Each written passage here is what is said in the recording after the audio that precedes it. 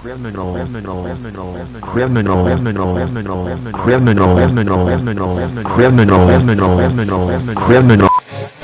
Ding dong, ding dong, a lang, a lang, a lang, hum, whoop, whoop, dip, a dip, a dip. Oh, life could be a dream if I could take you up in paradise up above.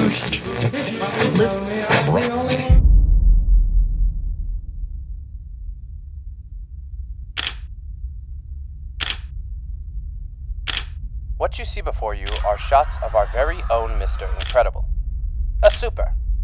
Supers have one job. That job is to keep us safe. In the defense of Mr. Oliver Sansweet, that safety came at a great cost. A devastating injury that gives him daily pain. Who is going to pay for such an injury?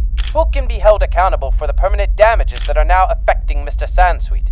These are the questions that were asked before the Super-ior Court in the titular Pixar animated film, The Incredibles. Why the serious tone and weird voice? Well, this is a serious video.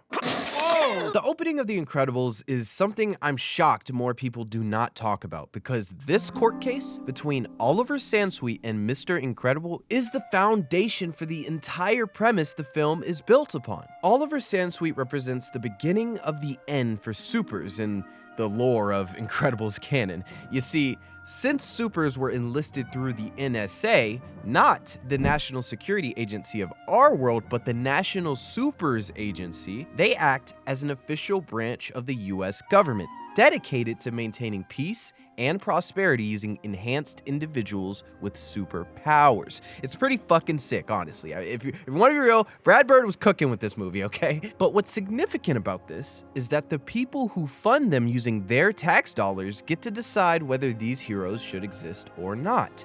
It's a very interesting take on this concept. The supers are quite literally working 9-to-5s, saving people and taking care of problems that are just too much for the police to handle. Mr. Incredible, you've done it again. Yeah, you're the best. No, I'm just here to help. In the beginning of the film, you are shown what a typical day is like as a super. The movie opens with this sick police chase where we see Mr. Incredible helping this old lady with her gorilla grip having pussycat Squeaker, who One, come down.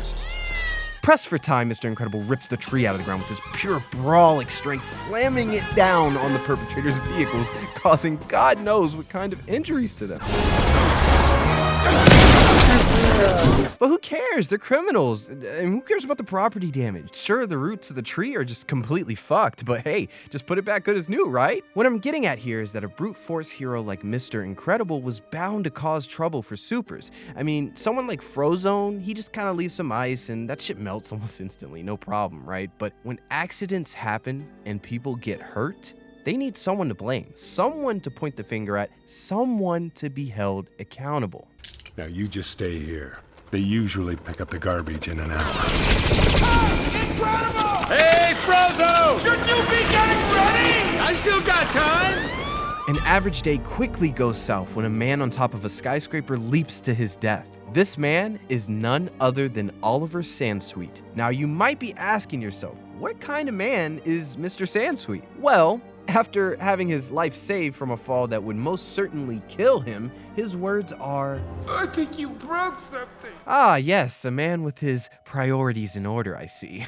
I guarantee you that lawsuit started cooking in his head the moment he felt the hefty embrace from one Mr. Incredible. Not a thank you or a, wow, you saved my life, nothing. This tells you all you need to know about Mr. Sansweet. Well, with counseling, I think you'll come to forgive me. Wait a minute. Shortly after this save, as if things couldn't get any worse, a villain by the name of Bon Voyage, which I'll admit, that's kind of hard as fuck for a supervillain name. I mean, it seems like the mimes just get the best names. I mean, y'all know, there's this one, you don't know, okay, but there's this one supervillain that's in the Megamind show, the really dog shit one. Now, I never watched the show, but his name is Pierre Pressure. That shit is hard. Pierre Pressure? Oh my God. Peer pressure. That show deserves no flowers, but I'm gonna give it that one, okay? You get one flower, singular flower, okay? I'm sorry, I had to share that knowledge with y'all, okay? Pierre Pressure, that shit's tough. Who's winning in a fight, Pierre Pressure or Bon Voyage? You be the judge. You know, now that I'm really thinking about this, Bon Voyage, that is an insane name. That is a terrorist. Yeah, he robbed a bank, but dude's name is Bon Voyage, and he's using bombs. And they never caught him. He is on the loose. Just something to think about. I'm sorry for the tangent. I just had to share that knowledge with you all. Bon Voyage plants a bomb on Incredible's cape, and this causes a blunder that almost derails an entire train full of people, which would have killed probably about 50 or so people, maybe even more, honestly. Luckily, though, the train is stopped, and once again, so many people are saved thanks to the actions of one Mr. Incredible. Now, we'll get to these people in a second, but if you were a normal person, you'd look at this situation as a blessing, like, oh my God, thank you. You saved my life. But nah, not Oliver Sansweet. He said, I need that shit back in blood. In a stunning turn of events, a superhero is being sued for saving someone who apparently didn't want to be saved. The plaintiff, Oliver Sansweet, who was foiled in his attempted suicide by Mr. Incredible. Foiled?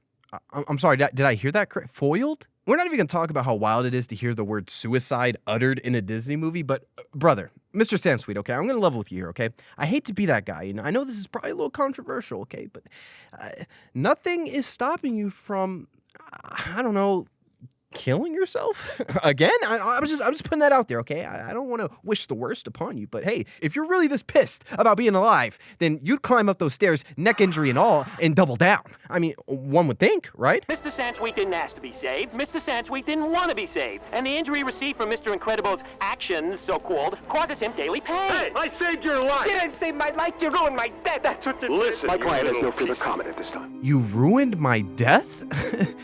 You know, I had this whole thing planned, and it was going to be this big spectacle all about me, and you just had to go and make it about yourself, Mr. Incredible. Well, we'll see how incredible your bank account is when I'm done with you. Yeah. You know, Mr. Sansweet, this daily pain that you clearly suffer from, I'm sure it's way more desirable compared to the pain that you would have endured hitting the pavement at 120 miles per hour. I think you broke something! Unfortunately, Mr. Sansweet got exactly what he wanted. The case ended in a settlement, which granted him an undisclosed large sum of money from the US government, likely setting him up for life. This in part created an opening for others to start suing supers en masse. Just 5 days after Sansweet, those on board the train accident proceeded to sue Mr. Incredible as well, losing the government millions of dollars. This created case after case until ultimately the government was forced to disband the NSA and get rid of supers altogether. Dozens of superhero lawsuits the world over. It is time for their secret identity to become their only identity. Time for them to join us or go away. This brought about the Super-Hero Relocation Program, which granted amnesty for all their past actions. In exchange, they'd have to swear off hero work for good. You see, this is just proof that we cannot have nice things in this world, okay? Because if superheroes were real, we'd have a lot, and I mean a lot, of fucking Sansweets running around ruining it for everyone. You know, they say no good deed goes unpunished. Sadly, that shit seems to be true. Oliver Sansweet will go down in film history as not only one of the pettiest motherfuckers in film, but as the man who ended supers.